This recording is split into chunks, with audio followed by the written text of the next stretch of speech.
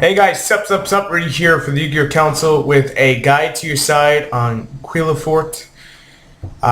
Basically, this is the next Tier 1, Tier 0 deck, and I know jokingly half the time I say Qliphort. It's Qliphort, just showing you that I know what the fuck I'm talking about. Alright, all seriousness.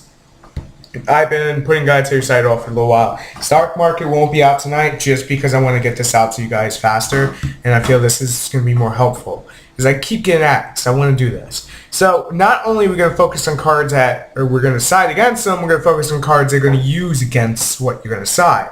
And the first one we're going to talk about is Qliphort Helix. And Helix allows you, its monster effect is what we're focusing on. Even though it's a level 6, you can normal summon it without tributing.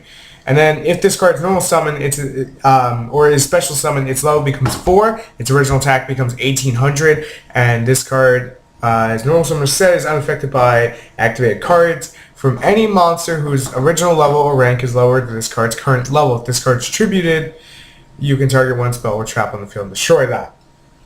So, we all know Qliphorts have the Qliphorts have the capabilities of tributing assault, right? I think most of us understand that part. So what I really want to focus on is his secondary effect is when he's tributed off. That's going to counter a lot of stuff most of you are saying to side against these guys. So this is definitely one you want to keep the fuck off the board. And just keep in mind that it drops to level 4, so that opens rank 4 plays for other things you want to side against them. Now, if they use Skill Drain, it would still get the effect, which is kind of scary when you think about it.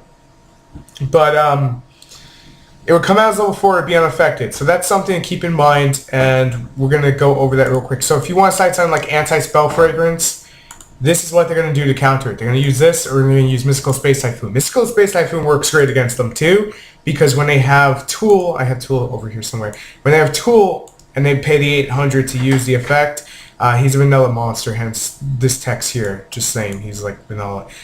His pendulum effect basically once returning pay 800 light points and search out one kill card from your deck except oh god, I'm murdering it. Anyway, basically you can search out anything except the tool. So you can search out Helix.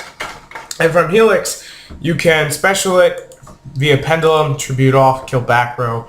And then basically what you want to do is when they pay the 800, chain it to the tool, chain that Mystical Space Typhoon. It's going to break the effect. They'll take 800. They won't be able to basically get the search off. Anti-Spell Fragrance, in this case, what I'm talking about before, and I want to go back and touch upon right now, is that this would shut down their pendulum effects, but keep in mind they could just keep throwing them on a board, make a rank 4 play, like I said earlier, go to Castell and put this back in your deck, and that's going to suck. So we're limited on options. That's the first part of this video. We're extremely limited on options. Then there's also this I want to talk about. Basically, you add 3 face-up Qliphorts. I think Qliphort. Pendulum monsters from your extra deck to your hand. So basically, if you're thinking about taking Tool out, they have a recovery card to put Tool back in to recover faster and start speeding their deck up. So that's something to keep in mind is their trap card. Now you can say wiretap, debunk, 20 other different things. Doesn't really matter. The fact is they still have this. So that's something to keep in mind. Mystical Space Typhoon is super crucial against the entire game when it comes to I'm just going to say Qliphorts. When it comes against them, it's going to basically be what is going to save you. My mouse, I think, just died on me. It's being a pain in the ass. Sorry about that. Point is, it's going to be a very uphill battle, but then we have this. We have Fairy Wind. Fairy Wind, we use it against Fire Fist because they all play continuous stuff. And as I said in the beginning of the video, in the breakdown to this little intro here, is that they have the pendulum effects. And that's what we want to shut off. We want to shut off the pendulum effects. Start by shutting off the pendulum effects. You're going to take out a lot of momentum. They won't be able to get advantage to the hand with Tool. They won't be able to drop 3 monsters on your ass. And all you got to do is basically have stuff that's big enough or make something big enough to go against them. Something like an Acid Golem under a Skill Drain is hilarious because just keep that in mind. Burning Abyss can easily make that. All you have to do is break up their advantage. Fairy Wind is super useful in this because they're going to be main decking Skill Drain as well. Some of them will, some of them won't. But for the ones that will, and we all know Vanity's Emptiness is so popular as hell. So Fairy Wind, Skill Drain, Vanity's Emptiness, and any of the Pendulum effects. It's a giant bonus across the board.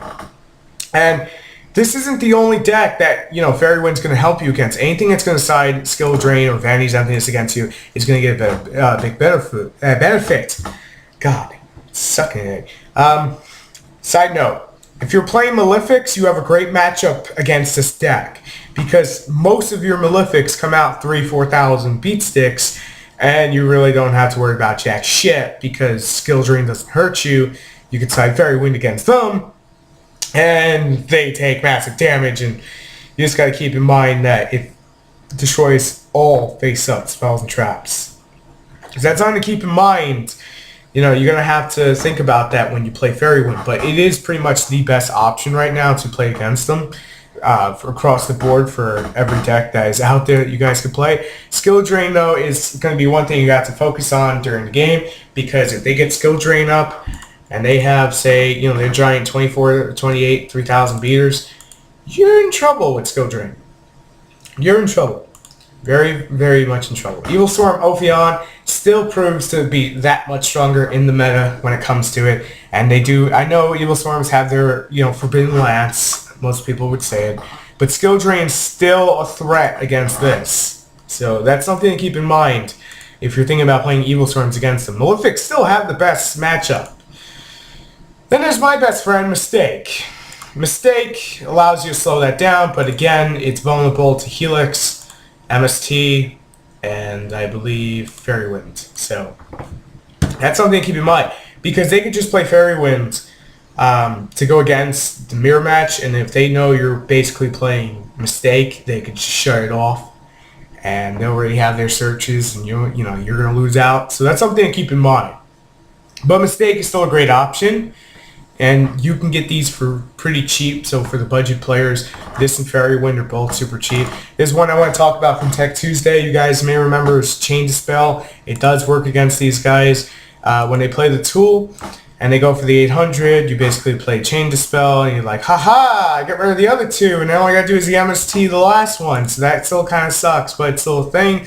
And if you chain it, keep in mind here, you chain it with Fairy Wind, then you're going to get rid of all three tools.